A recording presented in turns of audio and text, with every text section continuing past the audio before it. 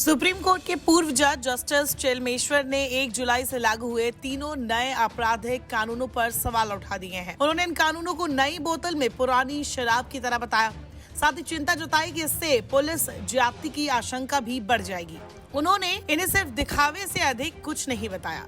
पूर्व जज जस्टिस चेलमेश्वर जून 2018 में सुप्रीम कोर्ट के दूसरे सबसे वरिष्ठ न्यायाधीश के रूप में रिटायर हुए थे। 1 जुलाई से देश भर में भारतीय न्याय संहिता यानी BNS, भारतीय नागरिक सुरक्षा संहिता यानी BNSS और भारतीय साक्ष्य अधिनियम यानी कि BSA लागू हो गई है।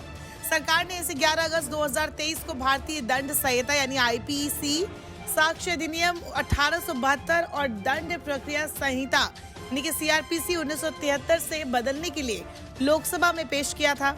सरकार कहती है कि नए कानूनों के लागू करने का उद्देश्य प्रक्रियाओं को सरल बनाना, कानूनों को आज की स्थिति के लिए प्रासंगिक बनाना, त्वरित न्याय करना और कानून को औपनिवेशिक मानसिकता से बाहर निकालना है। इन कानूनों पर बात करते हुए पूर्व जज चेलमेश्वर ने कहा, मुद्दा ये है कि क्या नए कानून वही करेंगे जो वे घोषित कर रहे हैं। मुझे इस पर बहुत संदेह है। भले ही मैं अभी भी कानून को बारीकी से पढ़ने की प्रक्रिया में हूँ, लेकिन मैं जो देख सकता हूँ उसके मुताबिक कुछ बदलाव अनावश्यक है। उन्होंने कहा, भारतीय साक्ष्य अधिनियम जिसे अब BSA के नाम से जाना जाता है में किए गए बदलावों के तहत अदालतों को मामले की सुनवाई में अनावश्यक देरी से बचने के लिए अधिकतम 2 स्थगन की अनुमति है। आपराधिक मामले का फैसला सुनवाई समाप्त होने के 45 दिनों के अंदर सुनाया जाए। पहली सुनवाई के 60 दिनों के अंदर आरोप तय किए जाने चाहिए। आखिर अदालतें इतनी सख्त समय सीमा कैसे तय कर सकती है? क्या हमारे पास इसके लिए साधन है? पूर्व जज ने आगे कहा, इस सिस्टम की दक्षता से हर कोई वाकिफ है। उन्होंने पूछा, फैसला केवल जजों के हाथ में नहीं है।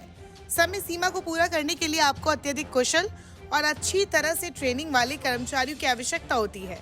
क्या हमारे पास वो है? इसी सवाल के साथ उन्होंने संदेह जताया कि नए कानूनों के जो मकसद बताए गए हैं कि जल्द से जल्द मामले का निपटारा हो जाए, कह सकते इसका उल्टा हो सकता है। उन्होंने आगे कहा कि इस बात को लेकर गंभीर चिंता है कि भारत में 80% से ज्यादा न्यायालय प्रणाली में बुनियादी डिजिटल इंफ्रा सुविधाओं का अभाव है, जो नए कानूनों को लागू करने के लिए एक बड़ी चुनौती है। जस्टिस चेलमेश्वर के विचार में जमानत प्रावधान और भी अधिक कठोर और कष्टकारी हो जाएंगे। उन्होंने कहा, गंभीर अपराधों के लिए पुलिस हिरासत में अधिकतम हिरासत अवधि 15 दिनों से बढ़ाकर 90 दिन कर दी गई है, जो CRPC की 15 दिन की सीमा से काफी अलग है। इस बदलाव ने संभावित पुलिस ज्यादतियों के बारे में चिंताएं भी बढ़ा दी है। बता दें, आंध्र प्रदेश के कृष्णा जिले में 23 जून को जन्मे जस्टिस चेलमेश्वर सुप्रीम कोर्ट के जज रहने से पहले केरल के उच्च न्यायालय और गुवाहाटी उच्च न्यायालय के चीफ जस्टिस रह चुके हैं। इसके साथ ही उन्होंने आंध्र प्रदेश के उच्च न्यायालय के अतिरिक्त न्यायाधीश के रूप में भी काम किया है। इसके बाद साल 2007 में वो गुवाहाटी उच्च न्यायालय के मुख्य न्यायाधीश बने।